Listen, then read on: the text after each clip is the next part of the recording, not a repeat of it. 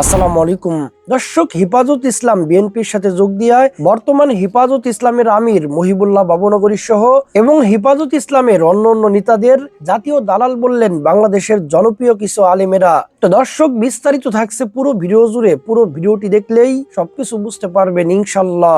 সম্পূর্ণ ভিডিওটি দেখার জন্য সকলের কাছে বিনীতভাবে অনুরোধ রইল। তো দর্শক, চলুন বিস্তারিত দেখে আসি। বিএনপি কওমের দালালদেরকে সাথে নিয়েছে। খোদার কসম করে বলছি, কোন কওমের কোন একজন আলেম কারো দালালি করবে আমরা সাধারণরা মানতে পারি না। হেফাজতকে রাজনৈতিক মুক্ত রাখেন। আমরা হেফাজতের ব্যানারে ক্ষমতাশীল স্বৈরাচারের বিরুদ্ধে সোচ্চারভাবে প্রতিহত করবই, করেই যাব। কারো দালালি আমরা সহ্য করব না। আমার আফসোস লাগে, আমার দুঃখ লাগে, যেসব উলামায়ে কেরাম সামান্য সংসদের আসনের জন্য মির্জা ফখরুলদের সাথে আতাত করে ঐক্য করে, সেই সব আলেমদের প্রতি আমাদের ঘৃণা, আমাদের ঘৃণা, আমাদের ঘৃণা। আমি সুস্পষ্টভাবে বলছি, বাংলাদেশের হেফাজতে ইসলাম, বাংলাদেশের হেফাজতে ইসলাম এটা জনবহুল, এটা প্রভাবশালী একটা অরাজনৈতিক সংগঠন। এই অরাজনৈতিক সংগঠন থেকে সমস্ত রাজনৈতিক পরিচয় ধারণকারী নেতাদেরকে আউট করেন, সরিয়ে দেন। হেফাজত নিয়ে টানা হেসরা আমরা সহ্য করতে পারি না। জমিয়তের নেতারে বানাইছেন হেফাজতের নেতা, সে টানে হেফাজতকে জমিয়তের দিকে। খেলাফতের নেতারে বানাইছেন হেফাজতের নেতা, সে টানে খেলাফতের দিকে। আরেকজনকে বানাইছেন আরেকটা নেতা, সে টানে তার দিকে। না, আমরা চাই না অরাজনৈতিক হেফাজত অরাজনৈতিক থাকবে। আওয়ামী লীগ ফ্যাসিস্ট হবে, হেফাজত আঘাত করবে। বিএনপি ফ্যাসিস্ট হবে, হেফাজত প্রতিহত করবে। খোদার কসম, কোন রাজনৈতিক নেতা আমরা হেফাজতে দেখতে চাই না। আমি আজকে মুফতি বশিরুল্লাহ সাহেবকে স্পষ্ট বলেছি যে হেফাজতকে তামাশার পাত্র বানাবেন না। আজকে বলেছি, আজকে মাগরিবের পর, হেফাজতকে তামাশা বানাবেন না। হেফাজতের অধীনে কোন রাজনৈতিক নেতার কোন প্রশ্ন আমরা সহ্য করতে রাজি না। একটা রহস্য বুঝেন, আওয়ামী লীগের ক্ষমতার সময় আওয়ামী লীগ ইসলাম চালাইছে তরিকত ফেডারেশনকে দিয়া, আর বিএনপির ক্ষমতার সময় বিএনপি ইসলাম চালিয়েছিল জামাতে ইসলামকে দিয়া। কওমি উলামায়ে কেরাম বিএনপিকেও সহ্য করে নাই, আওয়ামী লীগকেও সহ্য করে নাই। দুই দলের মাঝখানে থেকে যে ইসলাম বিরোধী কাজ করেছে তার বিরুদ্ধে কওমি আলেমরা সংঘবদ্ধ হয়েছে। আজকে জামাত ইসলাম আলাদা হয়েছে, বিএনপি কওমের দালালদেরকে সাথে নিয়েছে। খোদার কসম করে বলছি, কোন কওমের কোন একজন আলেম কারো দালালি করবে আমরা সাধারণরা মানতে পারি না। হেফাজতকে রাজনৈতিক মুক্ত রাখেন। আমরা হেফাজতের ব্যানারে ক্ষমতাশীল স্বৈরাচারের বিরুদ্ধে। এগুলো হচ্ছে কিছু ভোট আর কিছু নোট। হিন্দুস্তানকে খুশি করে, আমেরিকাকে খুশি করে। আমাদের সবচেয়ে বড় পরিচয় আমরা মুসলমান। জীবন চলে যাবে, এই পরিচয় থেকে সরতে পারবো না। আমরা কখনোই বক্তব্য দেবার সময় দেখি না আমাদের প্রতিপক্ষ হাতি না মাসি। এটা আমাদের চরিত্র। বিগত 16 বছর কাফের মুশরিক রামবাম নাস্তিকরা ইসলাম বিরোধিতা করেছে, আমরা ছাড় দেই নাই। এখনো সুকৌশলে যারা ইসলাম বিরোধিতা করছে তাদেরকেও ছাড় দিব না। এই ক্ষেত্রে আমরা জিরো টলারেন্স নীতিতে বিশ্বাসী। কে কি বলল, কি ভাবলো, আমাদের তা দেখার প্রয়োজন। কি করবে, বড়জন মেরে ফেলবে, আর কিছু করতে পারবে। আমরা নির্বাচনের মাধ্যমে আইন প্রণেতাদের সংসদে পাঠাই, আর তারা আমাদের জন্য আইন বানায়। এটা হচ্ছে মানুষ হয়ে মানুষকে রব বানানো, আর এটা হচ্ছে শিরকুম বিল্লাহিল আযীম। মারাত্মক শিরক, মারাত্মক। আপনারা যে ভোট দেন সংসদ সদস্যকে, তো সে কি, তারে কেন ভোট দেন? গম চুরি করতে? কথা বলেন। চাউল চুরি করতে? রাস্তার টাকা চুরি করতে? সে হচ্ছে আপনাদের নেতৃত্ব দিবে, সে আপনাদের আইন প্রণেতা। আপনাদের কথা বলেন। পাঠাইলেন সংসদে, সংসদে বিল আসলো, স্পিকার বিল উপস্থাপন করার পর বলবে এটার পক্ষে কে কে। তখন যারা পক্ষে তারা বলে হ্যাঁ,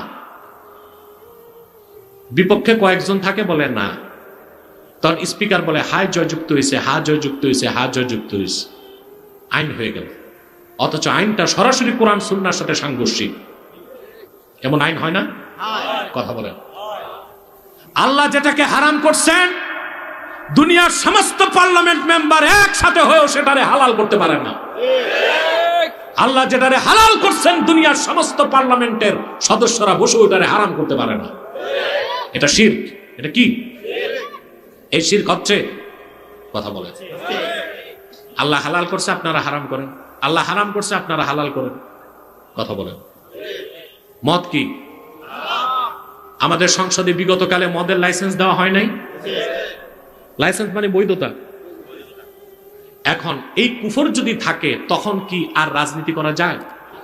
তো উপায় কি? উপায় তো লাগবে। সংসদ তো ফাঁকা রাখা যায় না। সব যদি কাফের মুশরিক বেঈমান সংসদ দখল করে, তার আপনি থাকতে পারবেন? কথা বলেন। এই জন্য আমরা যারা রাজনীতি করি না, খেলাফত চাই, আমরাও চাই ইসলামের পক্ষে কথা বলার সর্বোচ্চ সংখ্যক সদস্য সংসদে যাক, কিন্তু শিরক করে নয়, শিরিককে বাদ দিয়া। এখন শিরিককে বাদ দেওয়ার উপায় কি? শুধু একটা কাজ করলেই হয়ে যেত, সংবিধান শিরক মুক্ত, সংসদ শিরক মুক্ত, রাজনীতি শিরক মুক্ত। ওই কথাটা হচ্ছে শুধু সংবিধানের শুরুতে লিখে দিতে হবে বাংলাদেশ সংবিধানের মূল উৎস হবে কোরআন ও সুন্নাহ। আমরা মাঠে ময়দানে কারো কারো দৃষ্টিভঙ্গি দেখতেছি যে যে কোনোভাবে এমপি হওয়া লাগবে। সেজন্য তারা কোনো কোনো দলের চাটুকারিতা করতেছে, নিজের স্বকীয়তা বিলিয়ে দিয়ে চামচামি করতেছে। সহজ ভাষায় বলতে গেলে এটা হয়। মুফতি আমিনুর রহমাতুল্লাহর জীবন কর্ম আমাদের সামনে। তিনি জোট করেছিলেন, জোটবদ্ধ নির্বাচন করেছিলেন। 2001-এ 4 দলীয় জোট সরকার ক্ষমতা বুঝে নেয়। যেদিন থেকে মুফতি আমিনুর রহমাতুল্লাহ এমপি, আমরা দেখেছি সেদিন থেকে সরকারের মেয়াদের শেষ দিন পর্যন্ত 4 দলীয় জোট সরকার যখনই কোনো এমন কাজ করেছে যে কাজের প্রতিবাদ হওয়া দরকার, সবার আগে মুফতি আমিনুর রহমাতুল্লাহ প্রতিবাদ করেছেন। আগে দৃষ্টিভঙ্গি ঠিক করতে হবে। আমি কোন দৃষ্টিভঙ্গি নিয়ে, আমি কোন উদ্দেশ্যে, কোন মাকসাদে জোট করতে চাই।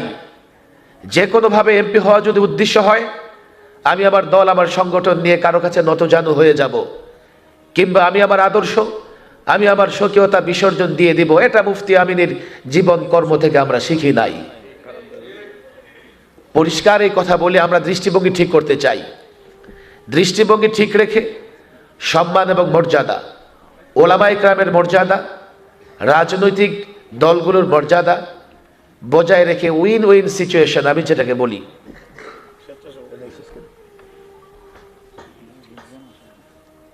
আমি মনে করি ইসলামী ঐক্যজোট নেতৃবৃন্দকে আমার এই কথাগুলো বোঝা দরকার। যারা মনে করে যে কোনোভাবে এমপি হতে চায়, তারা মুফতি আমিনের আদর্শের সৈনিক হতে পারে না। আমাদের একদল এইভাবে বিভ্রান্ত হয়ে ফেসিবাদের দোসর হয়ে গেছে, এলাকায় গিয়ে নৌকায় নির্বাচন করবে ঘোষণা দিয়েছে। এমন হয়েছে ইসলামী ঐক্যজোটের। আমরা ফেসিবাদকে যেভাবে প্রত্যাখ্যান করেছি, তাদেরকেও সেভাবে প্রত্যাখ্যান করেছি। একদিন রাজনীতি করব, কিন্তু ফেসিবাদ বা তাদের দোসরদের সঙ্গে আপোষ হবে না। আমরা যে কোনোভাবে এমপি হতে চাই না। আমরা মনে করি আমাদের ওলামায়ে কেরাম যারা আছেন ইসলামী ঐক্যজোটের সঙ্গে, আমাদের যে কেউ 2-4-10টা এমপির মর্যাদা রাখে। এবং আমরা যদি মুফতি আমিনুর রহমাতুল্লাহর আদর্শের উপরে অবিচল অটল থাকতে পারি, এমপিরা আসবে, আমরা কোনো এমপির কাছে যাব না। মন্ত্রীরা আমাদের কাছে আসবে, আমরা কোনো মন্ত্রীর কাছে যাব না। দলগুলো আমাদের কাছে আসবে, আমরা কোনো দলের কাছেও নতজানু হব না। আগে দৃষ্টিভঙ্গি ঠিক করো। আগে দৃষ্টিভঙ্গি ঠিক করা চাই, কোন দৃষ্টিভঙ্গি, কোন উদ্দেশ্যে আমরা জোট কিংবা সমঝোতা করতে চাই। ভোটে দাঁড়াইছি না যে সবার সমর্থন আমার দরকার, আপনাদের প্রত্যেকের একটি ভোট আমার দরকার। এবার আপনি খারাইয়া মতেন আর বইয়া মতেন, এটা দেখার বিষয় না। আমার ভোট দরকার না, না, আমি ভোটের জন্য আসিনি। ইমানদার মুসলমান, কোন মুসলিম বাবা ইমানদার 1000 বার পৃথিবী থেকে জান যাবে, কিন্তু হারাম তো নিতে পারে না। হারাম তো নিতে পারে না। ওই যে বললাম, আমরা এটা বুঝছি যে সন্তানের টাকা পয়সা, সন্তানের কামাই রোজগারির ব্যবস্থা করা, এটা আমি বাবার একক দায়িত্ব। এটা আল্লাহ পারবে না। আল্লাহ ছোটবেলায় মার মুখ থেকে দুধ পান করাইছে, এটা যদিও পারছে, ছোট্ট থাকতে পারছে, আল্লাহ 16 বছর 18 বছরের সন্তানকে আর লালন পালন করতে পারবে না? নাই তো ইনসাফ করেন, নাহলে একজন বাবা এখন প্রতিবাদ করেন। হেফাজতের আমির সাহেব এই বয়সে এসে তিনি লাগামহীন ভাবে যা বলছেন, এই সব হচ্ছে ভারতের প্রেসক্রিপশন। কারণ দাদা বাবুরা দিল্লিতে বসে হিসাব কষে দেখেছে, বাংলাদেশের ইসলামী দলগুলো যদি এক কাতারে চলে আসে, ইসলামী বিপ্লব এদেশে ঠেকানো যাবে না। ঐক্যের জন্য কাছাকাছি আসার পরেও আবার দূরে সরে যাওয়ার কারণই হচ্ছে এমন কিছু মুরব্বী থাকে যাদের লাগামহীন কিছু কথার দ্বারা ইসলামী দলগুলোর ঐক্য নষ্ট হয়ে যায়। অত্যন্ত কষ্টকর, দুঃখজনক। এই বৃদ্ধ বয়সে এসে লাগামহীন ভাবে একের পর এক ইসলামী আন্দোলনের বিরুদ্ধে তিনি কথা বলছেন। তিনি বলেছেন, জামাত এরা মূলত নাস্তিকের চাইতেও খারাপ, এরা কাফেরের চাইতেও খারাপ, এরা এত বড় খতরনাক, এরা যদি কোনোদিন ক্ষমতায় যাইতে পারে তাহলে ইসলামের 12টা বাজায় দিবে। নাউজুবিল্লাহ বলেন। একজন আলিম বলছে এই কথা, বয়োজ্যেষ্ঠ মুরব্বী। আরেকজনের সাথে আপনার ভিন্ন মত থাকতেই পারে, কোনো সমস্যা নাই। জামাত জান্নাতি মানুষের দল এটা আমি বলবো না। জামাত যারা করে তারা সবাই জান্নাতে যাবে এটাও আমি বলবো না। ভুল ভ্রান্তি সবার মধ্যেই আছে, কিন্তু কোরআন প্রতিষ্ঠার ক্ষেত্রে যাদের যতটুকু অবদান, এতটুকু আপনাকে ইনসাফের সাথে স্বীকার করতে হবে। আপনি বলে দিলে হবে না এটা নাস্তিকের চেয়ে খারাপ, কাফের চেয়ে খারাপ। কত জঘন্যতম কথা! এই জন্যই রাসূল বলেছেন, একজন আলেম তৈরি হবে, সমাজের মধ্যে তারা ফিতনা ছড়াবে। ও ভাই আমার, তার কারণ হচ্ছে কিছু কিছু আলেম এখন এমন কিছু কথা বলছে যে কথার দ্বারা যেন ইসলামী দলগুলোর ঐক্য হতে না পারে, যেন তারা দ্বিধা বিভক্ত হয়ে দূরে সরে যায়। তার কারণ ইসলামী দলগুলো যদি বাংলাদেশে কোনোদিন এক কাতারে দাঁড়িয়ে যায়, জামাত, হেফাজত, খেলাফত, জমিয়ত, তরিকত, ইসলামী আন্দোলন সহকারে সব ইসলামী দলগুলো যদি কোনোদিন বাংলাদেশে এক কাতারে দাঁড়িয়ে যায়, ওই দিন ইসলামের বিপ্লব কেউ ঠেকাতে পারবে না।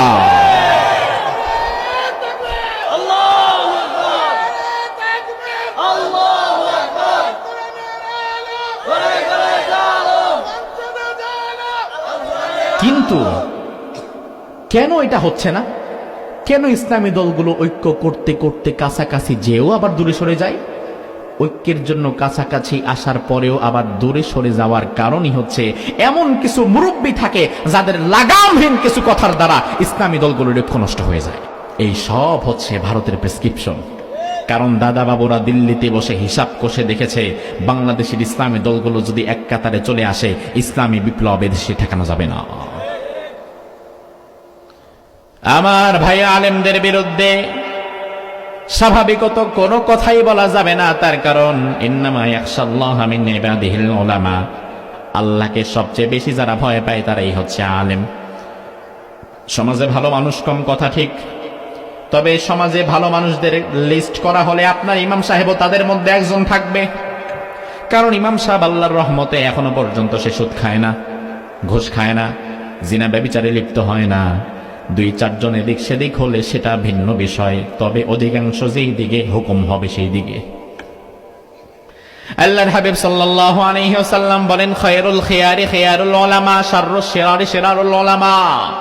সমাজের মধ্যে আলেমদের মধ্যে যারা ভালো তারা ফেরেশতার চাইতে ভালো, আর আলেমদের মধ্যে যারা খারাপ তারা শয়তানের চাইতেও খারাপ। ঠিক কি না? কারণ যত দামি জিনিস ওটা যদি নষ্ট হয়ে যায়, ওটার দাম তত কমে যায়। সাধারণ ভাত পচলে সকালবেলা পানি দিয়ে পান্তা বানায় খাওয়া যায়, কিন্তু দামি কাচ্চি বিরিয়ানি যদি নষ্ট হয়ে গন্ধ বের হয়, ওইটারে নতুন করে পানি ঢাইলা খাইতে পারবেন না। তো সম্মানিত দর্শক শ্রোতা, আশা করি পুরো ভিডিওটি দেখেছেন এবং সবকিছু বুঝতে পেরেছেন। দর্শক, আমাদের বাংলাদেশে আলেমরা কেন ক্ষমতায় আসে না জানেন? তার কারণ হচ্ছে কিছু কিছু আলেমদের মধ্যে অর্থের লোভ। এই কারণেই আলেমেরা ক্ষমতায় আসতে পারে না। যখন এই আলেমদেরকে বিভিন্ন লোভ দেখানো হয়, ক্ষমতার লোভ অথবা অর্থের লোভ, তখন দেখা যায় তারা বিভিন্ন দলে দলে বিভক্ত হয়ে যায়, আলেমরা এক হতে পারে না। আর এজন্যই বাংলাদেশে আলেমেরা ক্ষমতায় আসতে পারে না। যতদিন না পর্যন্ত আলেমরা এক হতে না পারবে, ততদিন বাংলাদেশে আলেমরা ক্ষমতায় আসতে পারবে না। তো দর্শক, আপনাদের মন্তব্য কি? হেফাজত ইসলাম কি সত্যি দালাল? এ বিষয় নিয়ে আপনাদের মূল্যবান মন্তব্য অবশ্যই কমেন্ট সেকশনে জানিয়ে দিবেন। তো দর্শক, আজকের এই ভিডিওটি এ পর্যন্তই। আজকের এই ভিডিওটি ভালো লাগলে লাইক এবং শেয়ার করে দিয়েন। আর হ্যাঁ, নিত্য নতুন আপডেট ভিডিও পেতে চ্যানেলটি সাবস্ক্রাইব করতে ভুলবেন না। দেখা হবে নতুন ভিডিওতে। ততক্ষণ ভালো থাকুন, সুস্থ থাকুন। ফি আমানিল্লাহ।